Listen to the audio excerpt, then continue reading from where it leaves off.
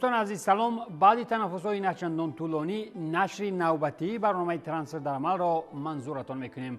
برنامه‌ای که موضوعهای خیلی مهمی ورزش رقم اول را فراگیر است.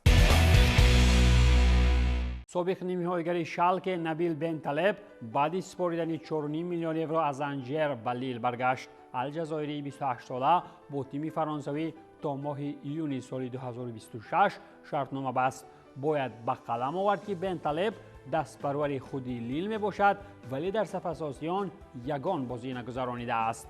بن طلب اصلا بهره برآمدش در صف تیم‌های تاتنهام، شالکه و نیوکاسل یونایتد به همگان معروف است.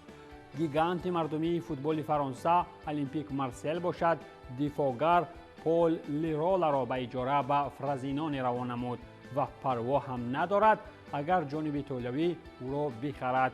پول لیرولا با همین بعد سال 21 دیگر باره به ایتالیا برمیگردد. بازیگر اسپانی باری نخست سال 2016 وقتی گذشت به یوونتوس به ایتالیا آمده تا سال 2019 در صف ساسولو برآمد میکرد و بعداً به فیورنتینا گذشت کرد. سال 2021 باشد او را مارسل خریداری کرد ولی دید که روان محرک بازیگر 28 ساله تز قاق می شود و استحق او را بازپس به ایتالیا فرستاد. یوونتوس باشد به خود همان فرزینان ماتیا سولی را به اجاره فرستاد تا که آخر موسم اگر بازی هم نکند اقلا در چشم راهبران بعد تحریمات همیشه سروایران یووه نتابد. برای دسته نوکاری سری ا نیمه‌ایگری 20 ساله تا ماه یونی سال 24 خدمت خواهد کرد. موسم قبلی بازیگر ارژنتینی 19 بازی در صف بیانکانری گذرانیده، یک گل هم زد ولی آن را هم کسی در یاد ندارد. اینجا تنها یک چیز میگویم، اگر بعد چنین خریدارهای سرشماری فرزینان این دسته دیگر باره به سری برود دسته را برهم داده پولش را به پرگی به بودجه فایسکند گذرانیدند در کار.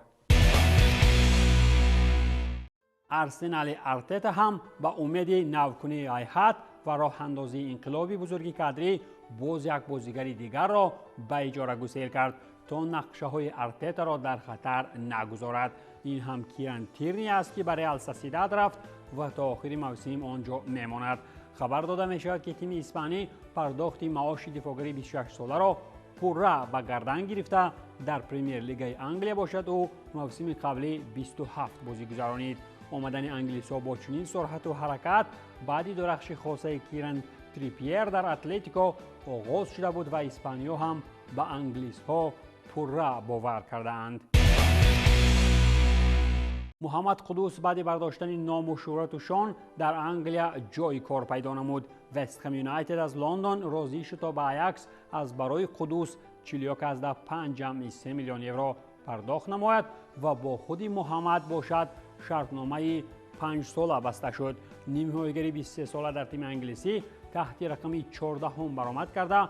نیمه‌ایگری منتخب گانا موسم قبلی 30 بازی در اردیویزی گذرانید و 11 مرتبه جشن گلزنی هم کرده بود. یووه باشد دفاعگر جانلوکا فرابوتا را با حق خریداری به اجاره به باری روانه نمود که یکی مبادا آنها این نانخوری زیادتی را به پرگی از خود کنند. موسم قبلی را باشد فرابوتا 24 ساله در اجاره در فرزینان گذرانیده 22 مرتبه امکان پیدا کرد تا در دیویزیون دوم ایتالیا سنجشی مهارت کند. اگر یک مرتبه به سمت ترانسفرهای روسی هم چشمکی زنیم، اینجا دیناموی مسکو و لوئیس چاوسی 27 ساله شرطنامه زیر نقشه 4+1 امضا نمودند. باید یادآور شد که لوئیس نخستین مکزیکویی در تاریخ پریمیر لیگ روسیه بوده. فوتبال بازی منتخب مکزیک در موسم 22-23 42 بازی در صف پاچوکا گذرانید، 3 گل زد و 5 مرتبه دیگر ارسال گلی نمود. خریداری دیگری تابستانی دیناموچیان این آمدنی خورخ کاراسکال از سسکا با نرخ 5.5 میلیون یورو می باشد. سفید آسمانی رنگ ها بازیگر 25 ساله را پیراهن خیش پوشانیده به صف سسکا باشد. کاراسکال سال 22 گزارش نموده بود. او 37 بازی در میر پریمیر لیگ روسیه 7 گل و 2 ارسال گلوفر دارد.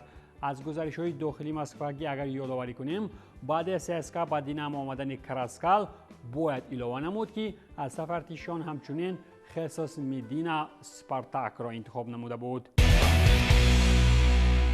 در انگلیه باشد شفیلد یونایتد با استون ویلا 2-2 گرفت انجام داد و با نرخ 18.5 میلیون پوند استرلینگ قهرمان یورو 21 کامرون آرچر را خریداری نمود.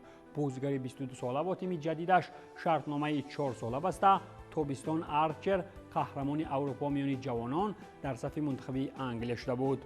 بایر آلمان باشد با نرخ 20 میلیون پوند استرلینگ ناتان تیل را از ساوثگمپتون به دست آورد. این هم نفر است که 17 گل در موسم قبلی چمپیونشیپ به ثمر رسانیده بود. دو روز سزان با بازیگر 24 ساله شرطنامه تا سال 28 امضا نموده. تیل موسم قبلی تاریخ اجاره در صف بیارلی برآمد میکرد. فکر دارند که خب الونسو با بایر این موسم امکانیت خوبی دارند تا کین را در باواریا نیز از گرفتن جایزه ها محروم کنند. اگر چنین شود کین ختمی مسند ورزشی میکند.